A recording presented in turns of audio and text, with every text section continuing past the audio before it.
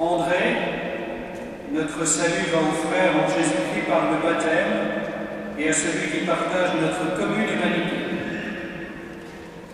Laissons là la question des bilans d'activité au sens de ce qui a été fait au cours de ces années d'épiscopat. Il importe aussi de s'arrêter non seulement sur ce que nous avons fait, mais sur ce que nous sommes, sur ce qui nous caractérise comme hommes, comme chrétiens et comme pasteurs. Un homme laisse plus l'empreinte de ce qu'il est que celle de ce qu'il a fait. En réfléchissant avec mes frères à ce que vous avez été pour nous durant ces 8 années de pastorat et à la marque que vous laisserez à notre Église locale, c'est souvent la notion ou la vertu de courage qui nous vient à l'esprit. C'est sur cette dernière que nous voudrions nous arrêter un instant ce soir. Courage de la réponse à l'appel, tout d'abord. En janvier 2003, vous avez accepté, alors que vous n'étiez pas loin d'avoir 68 ans, accepté de quitter un peuple, une terre, une église locale, celle de Perpignan, dans laquelle vous vous étiez inculturé. Vous y laissiez une famille humaine et chrétienne que l'Église vous avait demandé d'épouser en devenant le pasteur. À un âge où nos contemporains profitent de leur retraite depuis plusieurs années, il s'agissait pour vous d'accepter ce travail d'apprivoisement d'une terra incognita, d'un peuple nouveau. Et quel peuple? Vous avez donné ce me voici de tous les appels bibliques, qui est aussi celui du rituel de l'ordination ou de la profession religieuse, et finalement celui du baptême. Aujourd'hui encore, il s'agit pour vous de répondre à l'appel à laisser sa charge pour être autrement, et peut-être plus modestement, au service des hommes dans leur relation avec Dieu. Il faut partir encore vers une nouvelle terre inconnue pour un ministère inédit à l'appel d'un frère évêque des Hautes-Alpes pour se rendre dans ce sanctuaire de Notre-Dame-du-Los dont Jean Guiton était tombé amoureux. Me voici. Courage de la réponse à l'appel, avons-nous dit, courage de la solitude. Vous avez cheminé parmi nous en manifestant un style de vie solitaire qui n'a pas manqué de nous décontenancer parfois. Cette solitude, différente de l'isolement qui lui déshumanise, est pour un prêtre, un religieux, une religieuse, le corollaire du célibat librement consenti. Cette solitude qui est tout à la fois l'espace de la construction de sa vie intérieure, intellectuelle et spirituelle, le lieu du face-à-face avec Dieu, qui nous éclaire sur celui que nous sommes vraiment, et le signe, quand elle est associée à la joie, de la présence du royaume. Mesurons-nous bien ce que représente le choix de la solitude pour quelqu'un dont l'existence a été marquée par la gémellité dès ses premiers moments. Mesurons-nous bien les détachements ou les arrachements qu'il a fallu consentir. N'est-ce pas aussi le choix de ce chemin de solitude qui vous a conduit à laisser apparaître le moins possible que vous étiez engagé dans un combat contre la maladie et son lot inévitable d'inconvénients divers? Il est question ici de douleurs, de tracasseries quotidiennes, de limites imposées à notre action et à nos projets, d'angoisse parfois au regard de l'avenir. Cette maladie que l'on choisit aussi de porter seul pour ne pas risquer d'alourdir la charge de notre entourage, mais dont on peut parler avec simplicité avec celui qui sait par expérience personnelle ce qu'est ce combat contre la maladie. Les pèlerins de Lourdes ont en mémoire ces moments de partage vrai. Courage de la réponse à l'appel, courage de la solitude, courage de continuer à écouter son secrétaire général, mais courage aussi de la vérité. Courage de la vérité, cette expression nous renvoie aujourd'hui avec force à un concept cher au pape Benoît XVI.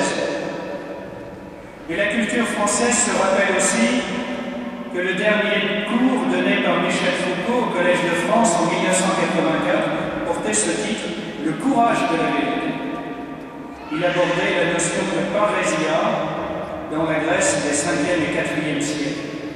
Le mot grec de parésia, pour faire un peu érudit, désigne le franc-parler de l'ami par opposition à la flatterie de l'hypocrite ou du courtisan.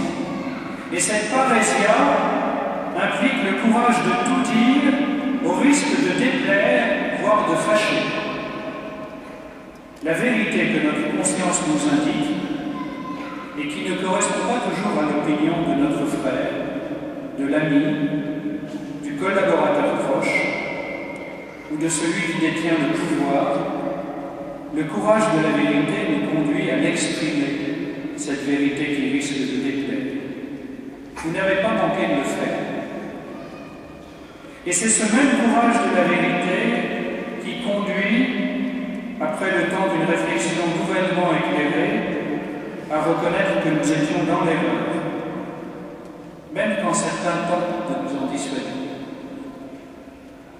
Il y a aussi un courage de la vérité, il y a une manière courageuse d'affronter la vérité de ses émotions. L'émotion nous permet d'approcher le divin, le Dieu, ou les dieux cachés qui nous habitent, nous protègent et nous trahissent parfois. Oui, il y a une forme de courage à accepter que nos émotions nous trahissent et révèlent véritablement ce qui nous tient le plus à cœur. Alors où se trouve la source de ce courage qui semble vous caractériser? Cette vertu de courage serait-elle de nature philosophique, l'apanage des disciples de Socrate ou des stoïciens? Non. Car il est question ici d'être disciple de Jésus. Pour nous chrétiens, le courageux, c'est le Christ. Et sans y prendre garde, en parlant du courage de la réponse à l'appel, du courage de la solitude, du courage de la vérité, nous dessinons le visage du Christ. Le courage qui a caractérisé notre présence parmi nous s'origine dans la grâce du Christ, dans votre attachement au mystère de sa mort et de sa résurrection, célébré quotidiennement dans l'Eucharistie.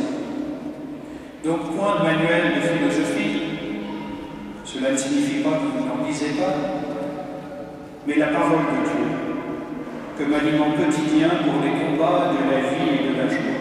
Ensemble servir la parole de Dieu, ensemble servir l'Évangile, avons-nous chanté lors du rassemblement à Ecclésia 45. Le Christ dans sa parole, donc, mais aussi le Christ dans son mystère de mort et de résurrection.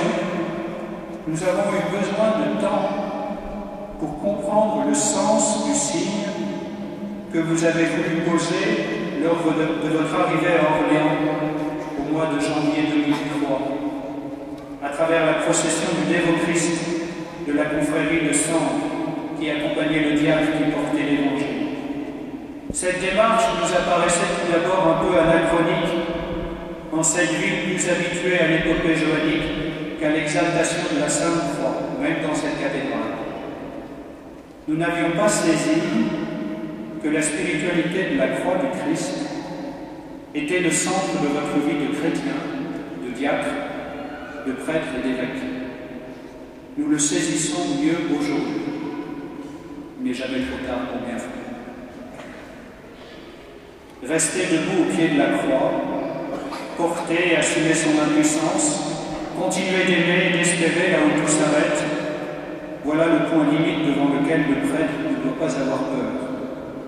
C'est le point le plus précieux, ce point où il y a le contact le plus étroit avec le Seigneur, disait ce grand spirituel évêque d'Aix-la-Chapelle, Klaus Emerle. Les cadeaux que nous allons vous offrir maintenant disent les deux sources du courage dont vous avez témoigné parmi nous pendant ces 8 années. La parole de Dieu et l'Eucharistie. Nous avons voulu faire part un tableau qui représente ce lieu de votre célébration quotidienne de l'Eucharistie et vous offrir une Bible de Jérusalem illustrée par l'art.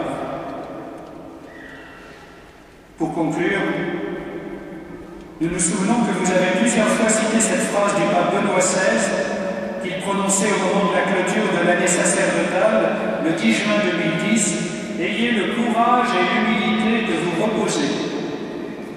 Du courage et de l'humilité, vous en avez manifesté.